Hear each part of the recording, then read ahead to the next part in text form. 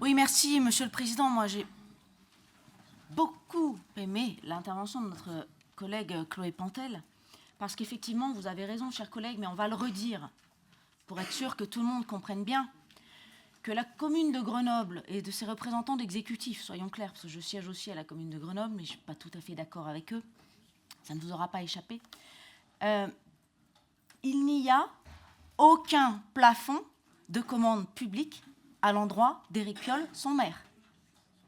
Aucun plafond. Voilà, je le rappelle.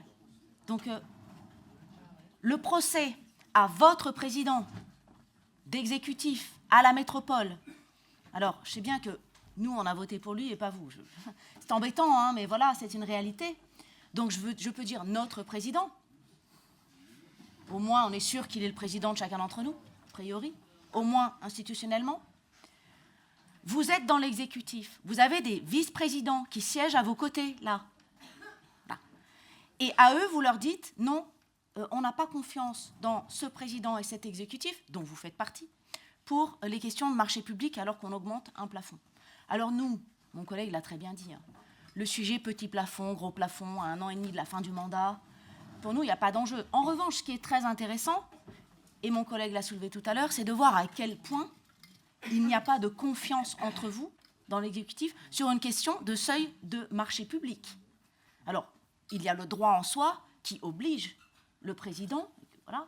Jusqu'à preuve du contraire, il n'y a pas eu d'erreur majeure. Je ne vous ai jamais entendu contester un marché public de votre président depuis qu'il l'est. Ou alors, voilà, parce qu'on aurait pu se dire, tiens, on a eu une expérience malheureuse, non, on ne donne pas plus de plafond à notre président. Mais que nenni, en l'occurrence.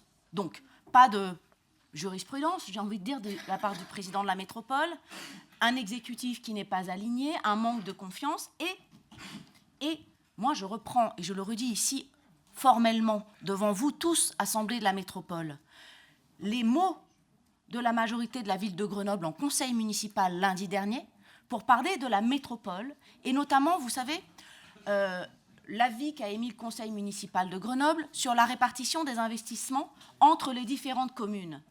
Je cite les membres siégeant dans cette métropole qui sont avec nous aujourd'hui, dire que à la métropole, et que cette métropole n'est ni équitable ni solidaire. Aujourd'hui, vous répondez, vous ajoutez qu'en plus, il n'y a pas de confiance.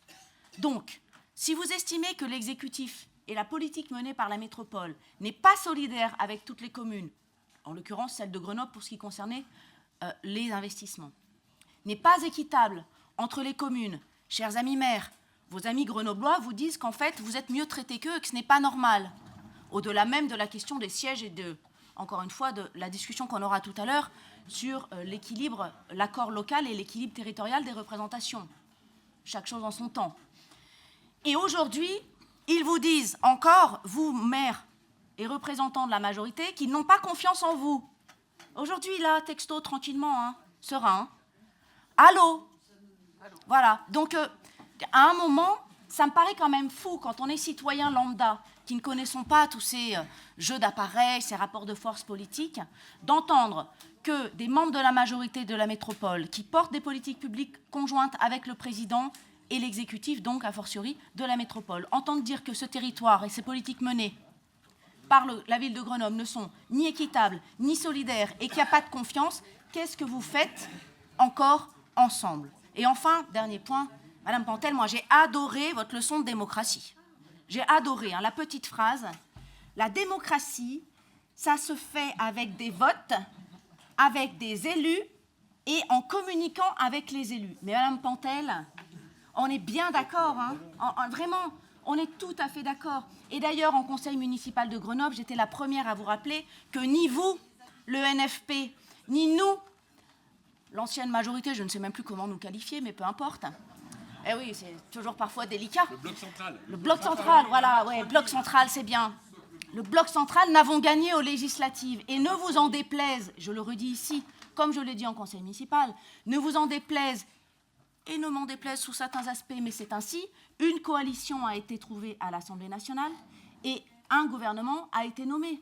Et tout ça n'est pas antidémocratique, de la même façon que le fait que Christophe Ferrari ait été élu. Non mais j'y viens, écoutez ma démonstration. Le fait que Christophe Ferrari ait été élu, non pas par vous, mais par nous, je comprends bien que ça vous pose un problème depuis 2020, mais c'est la réalité des votes. Et le président de la métropole, ça me fait drôle de devoir le défendre, vous voyez, quand même, voilà. C'est étonnant. On ne le défend pas surtout. Hein. Absolument.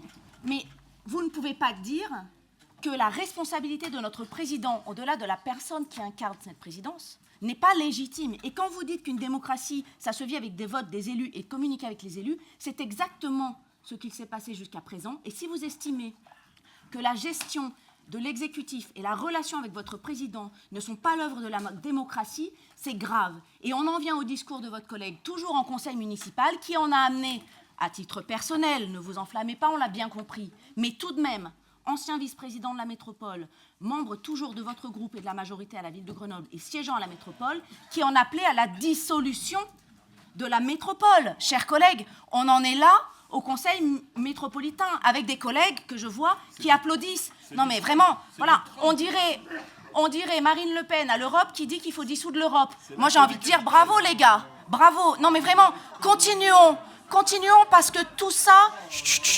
participe. La parole se prend.